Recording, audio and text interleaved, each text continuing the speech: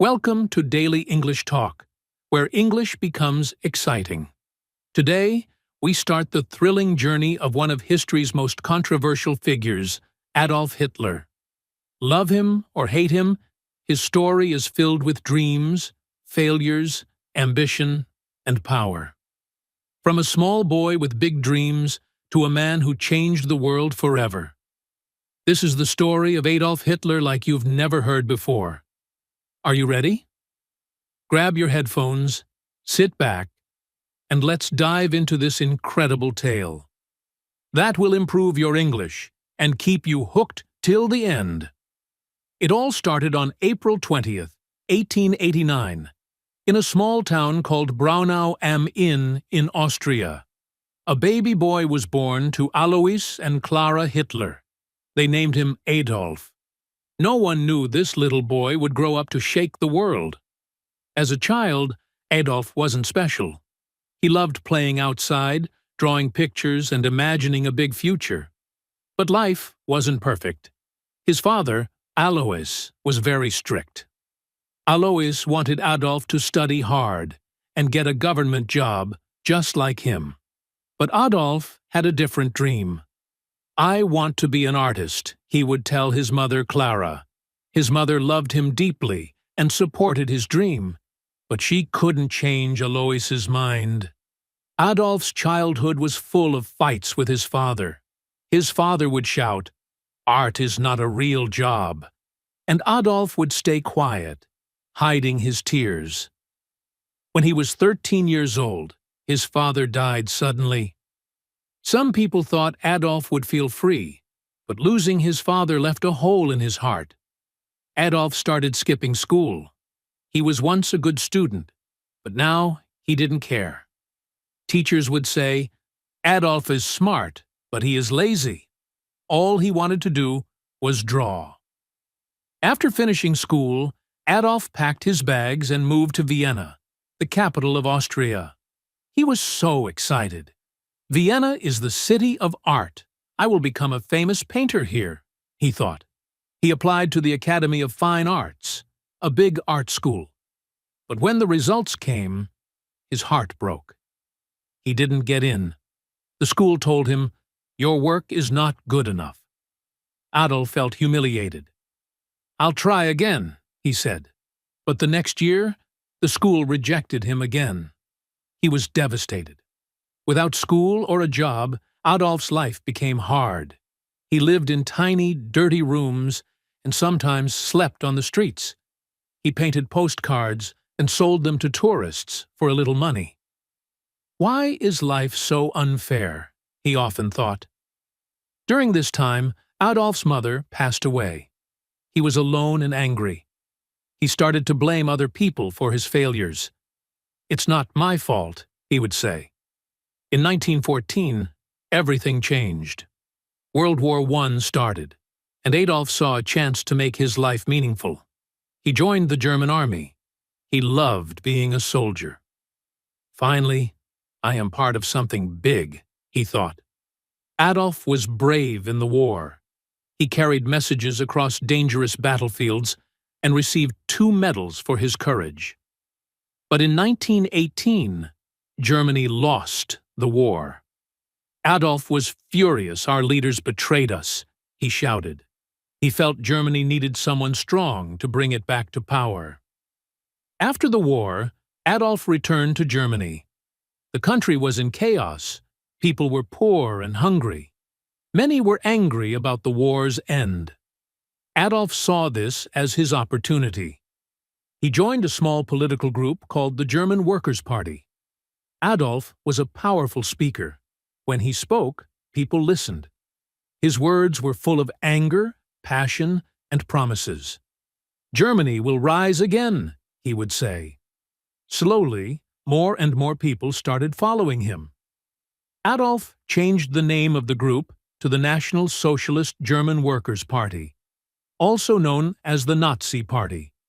He designed their symbol, a red flag with a black swastika. "This will become the most powerful symbol in the world," he declared. His speeches became famous. Thousands of people came to hear him. They believed in his dream of a strong Germany. But Adolf's ideas were dangerous. He blamed certain groups of people for Germany's problems and wanted to make Germany only for Germans. After World War I, Germany was in big trouble. People had no jobs. Food was expensive, and many families were hungry. The country had to pay a lot of money to other nations because they lost the war. Germans were angry and sad. Adolf Hitler saw this pain. He told the people, "It's not your fault. I know who is to blame." His words gave people hope, but they also made them angry at others. Slowly, Adolf became a popular name. Adolf worked hard to grow his party. He held big meetings and gave loud, emotional speeches. "Germany can be great again," he shouted. People clapped and cheered. They believed in his dream. In 1923, Adolf tried to take control of the German government by force. This was called the Beer Hall Putsch, but it failed. Adolf was arrested and sent to jail for 9 months. While in jail, Adolf wrote a book called Mein Kampf, which means My Struggle. In this book, he wrote about his ideas. He said Germany needed to become powerful and that certain groups of people were the enemy. The book became popular, and many Germans started to believe in his ideas. After getting out of jail, Adolf worked even harder. The Nazi Party became stronger. By 1933, Adolf Hitler was chosen as the Chancellor of Germany, the country's top leader. This was the start of a new chapter, and Adolf promised jobs, a strong military, and a bright future. The people trusted him, but they didn't know what he was planning next. As Chancellor, Adolf made many changes. He built roads, factories, and schools. More people got jobs, and Germany started to look strong again. The people were happy. They said Hitler is a hero. But behind this success, Adolf had dangerous plans. He controlled newspapers, radios, and schools. People were told, "You can only believe in Adolf Hitler." Those who didn't agree with him were punished or sent to prison. Adolf created a strong army called the SS and a group of young boys called the Hitler Youth. They trained to fight and spread Nazi ideas. Everywhere in Germany, people saw the swastika flag. It became the symbol of Adolf's power. Adolf's speeches became even more powerful. He would say, "Germany is the best. We will rule the world." Crowds cheered and shouted, "Heil Hitler!" In 1939, Adolf made his boldest move. He ordered his army to invade Poland. This act started World War II. Adolf's dream was to take over all of Europe and make Germany the most powerful country in the world. At first, Adolf Hitler's army won many battles. They were strong and well-trained, but as the war went on, things started to go wrong. Adolf had made too many enemies. While the war was happening, Adolf was doing something terrible. He wanted to remove all Jewish people and others he thought didn't belong in his vision of Germany. This was called the Holocaust, one of the darkest chapters in human history. Millions of innocent people were killed in camps. By 1944, Germany started losing the war. Adolf's enemies, like the United States, the Soviet Union and Britain, were too strong. Bombs fell on German cities, and the people who once called Adolf a hero began to lose hope.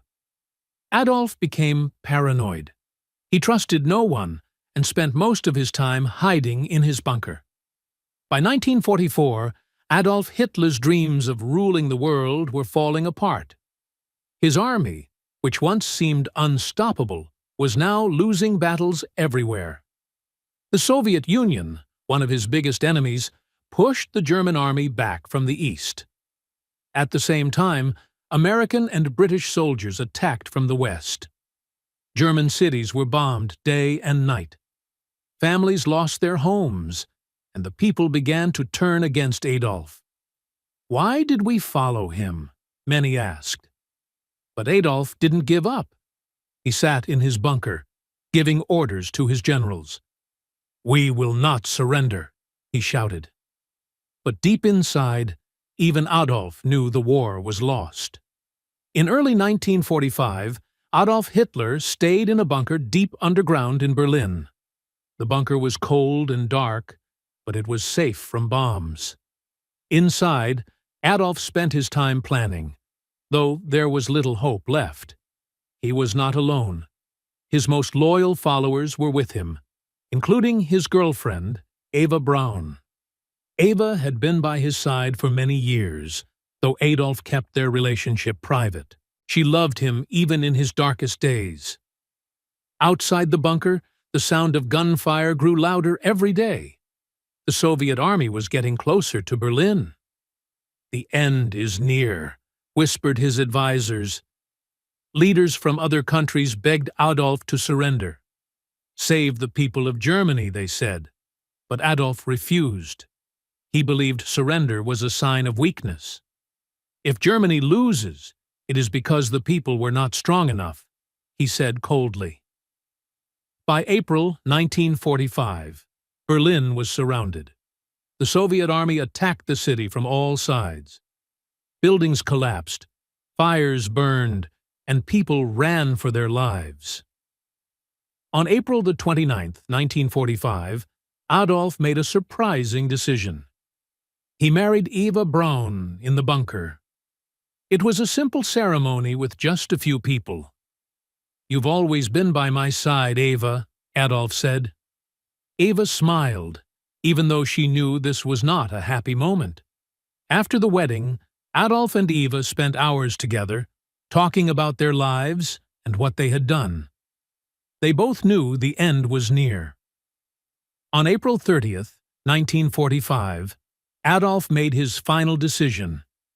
He called his closest followers into the bunker and told them, "I will not be captured alive." Adolf believed it was better to die than to let his enemies take him. He and Eva went to a small room. Moments later, they took their own lives. Adolf was 56 years old. When the Soviet soldiers reached the bunker, they found Adolf and Eva's bodies. The war in Europe ended shortly after. Germany surrendered on May 8, 1945. The people of Germany were left with nothing but ruins. Adolf's dream of making Germany powerful had instead brought destruction and sorrow. Millions of lives were lost because of his actions. After Adolf's death, the world worked to rebuild. Germany became a peaceful country. People remembered the horrors of the Holocaust and World War II to ensure such events never happen again. Today, Adolf Hitler's name is a reminder of the dangers of hatred, unchecked ambition, and misuse of power. Finally, his story teaches us, every decision we make shapes our future. Adolf's choices led to pain and loss, not just for him, but for millions of others. This reminds us that every action, no matter how small, matters. We must choose wisely and always think about the impact our decisions have on others, and importance of compassion and unity. Hate and division only tear people apart. The world is a much better place when we come together, respect each other, and work towards peace. Life is too short for anger and judgment. By being kind and understanding, we can create a future filled with hope, not regret. So remember, choose love over hate, humility over pride, and unity over division. These simple lessons can make our world a better place. This was the story of Adolf Hitler, a man whose life changed the world forever. It's a story of dreams, power, and the mistakes that led to tragedy. Remember, history is not just about the past. It teaches us how to build a better future. Thank you for listening, and don't forget to like, share, and subscribe to Daily English Talk. For more exciting stories that help you learn English while exploring history, See you in the next story.